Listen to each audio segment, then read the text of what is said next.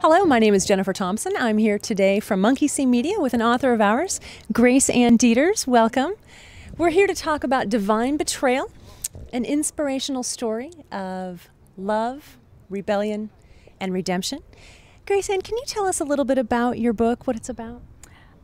It's essentially my growing up in Brazil. It starts at the age of 3 and goes up to age 18. And I grew up the daughter of fundamentalist missionaries in a very small town in the southern part of Brazil, in the midst of a lot of poverty, fanaticism, and there's a lot of adventure, and it's a really good read. It's a lot of adventure. I've read this book. It is fascinating. It's energetic. It's provocative. Why do you think people should read your story? Well, the comments that I'm getting from people, first of all, they say it's fascinating. It's, you know, they can't put it down once they start reading it. They will learn something about Brazil. I bring in the history, not very much, but what was involved as I grew up there. It's adventurous. There are a lot of things that happened to me, such as seeing a beheading in the marketplace in my hometown. Adventures with my father, who was this passionate person, who the more danger there was involved, the happier he was, and of course I had to go along. And and it's inspirational, and that is how I was able to think for myself and grow from this experience. Wonderful. One scene in the book is a shootout in a Latvian village. And you describe it like it's a Wild West scene. Can you tell us a little bit about that experience? It was one of my favorite places in Brazil. It's in the interior of Brazil. It's a town that's in the valley surrounded by wonderful mountains. And it was settled by the Latvians from the little country which is next to Russia, and they migrated to Brazil. And it is full of loggers, and the way people got around was on horseback.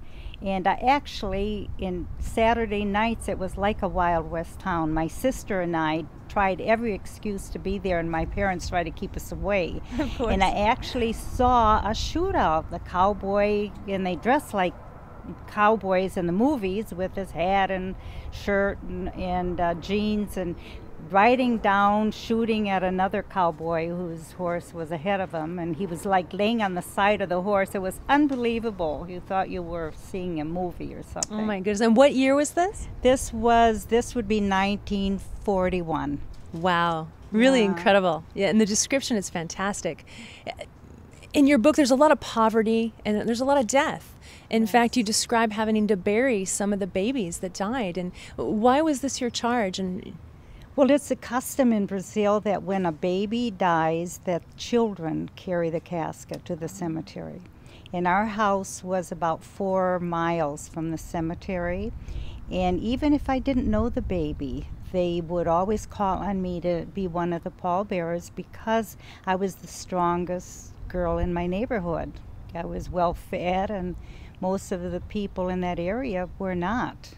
And very, very poor. Most of the people in my neighborhood were fishermen. Mm-hmm. And the children got very little milk, very little or no milk after they were breastfed, and very weak bones. They were not as tall and strong as I was, so that was my job. And how old were you? I would say this went on from age 7, 8, and 9, about those years. This must have affected you deeply. Very much. And the smells I can still feel. For instance, at Easter time, please do not send me any calla lilies, because I absolutely cannot, because all of the coffins of these little babies would be covered in calla lilies. And I can still smell that. And I still have nightmares today about this, even though it's been years and years ago. Oh, it gives me goosebumps. Yeah, I never get over that. I imagine. And there was, a lot of happiness in my neighborhood when a baby was born. This was cause for celebration. Mm-hmm. Mm-hmm. And so life and death was very close. What did your family think about you writing this book? My father's side of the family, they absolutely worship my father. He is perfect, and they all object to my book. because they cannot imagine that my life was not just absolutely perfect, because to them, my dad, this very passionate, wonderful man who I adore to this day. I think he was a passionate, wonderful man, but life was different when you were growing up and living with him. And although many of the experiences were wonderful, many of the experiences that I talk about in Divine Betrayal were very terrifying for a young girl, while he loved every minute of it because he loved adventure. And you had a very good relationship with your father into adulthood as well. Absolutely. I loved him. You couldn't, he was a very loving person. And the way I describe him, and I think a lot of parents are this way, parents that have a passion, and I'm comparing it to preachers' kids, missionary kids, maybe politicians, in that my father loved my mother deeply. He loved my sister. He loved me. But most of all, he loved Jesus. And his mission was to save souls. He was a missionary, and that superseded everything else in his life. And we were there to support him.